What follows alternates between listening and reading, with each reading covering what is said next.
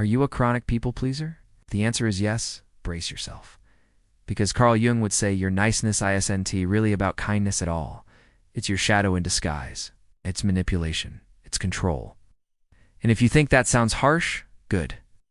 Because sugarcoating this is the reason you're stuck in fake friendships, draining relationships, and a life that feels like it belongs to everyone else except you. You think being the nice one is noble, but let's get brutally honest. Every time you say yes when you want to say no, you're not being selfless, you're bargaining. You're trying to buy love. You're saying, if I sacrifice myself, maybe you'll like me. Maybe you won't leave me.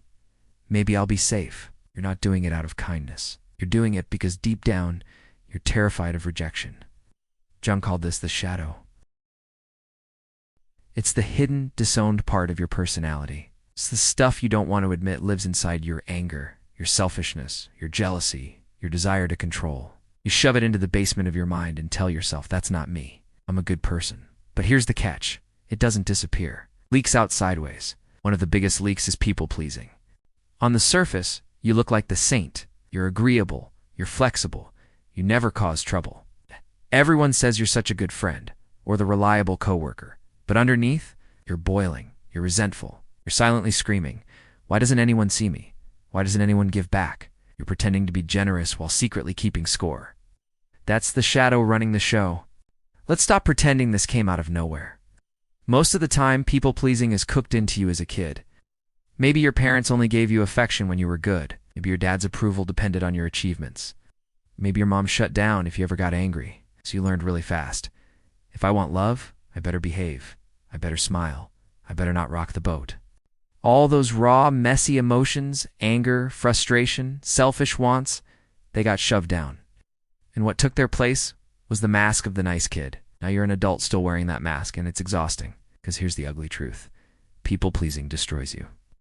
You smile while resentment rots you from the inside out. You build relationships that aren't real because no one actually knows you. They just know your performance.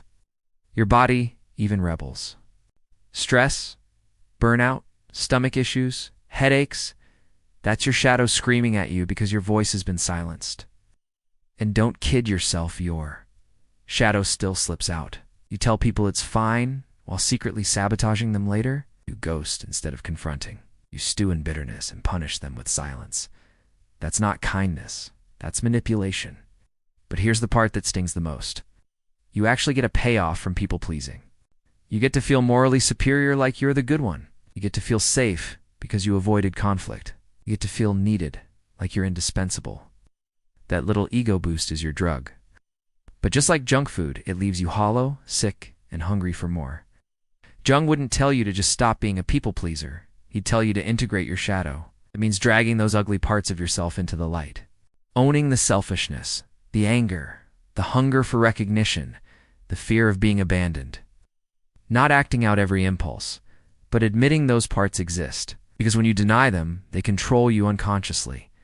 When you admit them, you can finally make conscious choices. Let me give you some real-life examples. You admit you hate that friend who constantly takes advantage of you. Now you can either set a boundary or walk away, instead of smiling and seething. You admit you want recognition at work.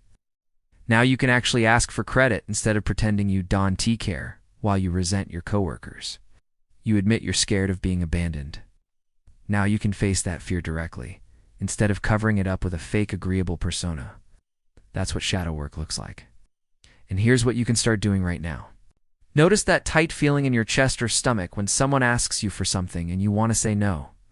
That's your body screaming the truth. Don't ignore it. Call out your own lies. Every time you say it's fine when it isn't, pause and admit, I just lied. You don't need to beat yourself up, but at least stop pretending you're being honest. Start practicing ugly truths in small doses. Tell your friend, I don't feel like going out tonight. Tell your coworker, I can't take that on. Watch how the world doesn't actually end. And here's the hardest part. Sit with guilt. People pleasers confuse guilt with morality. Just because you feel guilty doesn't mean you did something wrong. That guilt is just conditioning. It's the echo of your childhood rules telling you that your needs are selfish. You have to learn to feel that guilt without letting it run your life. When anger shows up, don't shove it down. Ask yourself, what boundary is this anger trying to protect? Respect that signal. Stop defining kindness as total self-sacrifice. Real kindness comes from choice, not compulsion. It's only kind if it's genuine, not if it's forced out of fear. Now let me be brutally honest about the hardest pill to swallow. When you stop people-pleasing, not everyone will like you. Some relationships will collapse. Some people will call you selfish. Some will get angry because you're no longer their doormat. Let them. Because if someone only likes you when you betray yourself, they don't like youth, they like the mask. And losing those relationships is actually freedom. It clears space for people who want the real you, not the edited version. Jung said, "One does not become enlightened by imagining figures of light, but by making the darkness conscious." That's the heart of this whole thing. You don't heal people-pleasing by being even nicer. You heal it by facing the parts of yourself you've buried: the anger, the jealousy, the selfish wants, the fear of rejection. When you bring those out of the basement, they stop controlling you. And then, paradoxically, you become more authentic, more trustworthy, and yes, even more loving. So let's cut the crap. Your people-pleasing isn't noble. It's fear dressed as kindness. It's manipulation wrapped in a smile. The way out isn't more fake niceness. The way out is honesty. Own brutal, messy, uncomfortable honesty with yourself and with others. The second you stop being a slave to approval, you gain something better than being liked. You gain the ability to be real. And that's when freedom starts. That's when love stops being conditional. That's when you finally get to live a life that belongs to you. So if you're ready to piss some people off and finally save your own soul, then it's time to retire the mask, drag your shadow into the light, and start speaking the truth you've been burying for years. It's ugly work, but it's the only work that sets you free.